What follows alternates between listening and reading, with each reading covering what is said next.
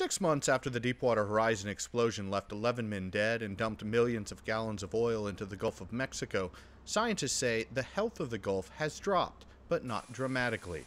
The average grade 35 researchers gave is 65 out of 100, down from 71 before the spill.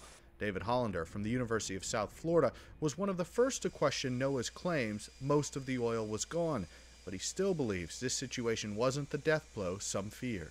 I think we dodged one of the biggest bullets that we could have ever dodged, and it's amazing that we did. Hollander says the reason the damage wasn't worse can largely be chalked up to the weather.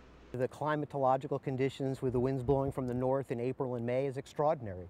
The fact that no hurricanes came, the fact that the loop current broke off at probably the most opportune time was a series of events that were very lucky, and we can consider ourselves lucky 6 months out.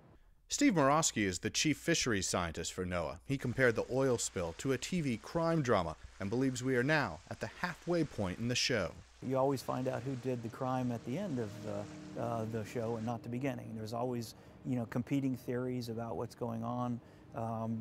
Sometimes in the fog of battle, you have claims that may not actually pan out when science is actually applied. And I think we need to be very careful that we apply a rigorous rendition of the scientific method here. While Morosky is also relieved the damage found so far was not worse, he still admits there was damage and says NOAA and academics must continue working together to continue monitoring the situation for the long term.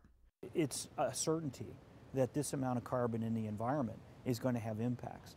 The real question is, do we know the scale of those impacts? In order to know that, scientists will continue sampling both at the surface and beneath it, and they will closely monitor fish populations in the Gulf over the next 5 to 10 years at least. Rich Matthews, The Associated Press, St. Pete Beach, Florida.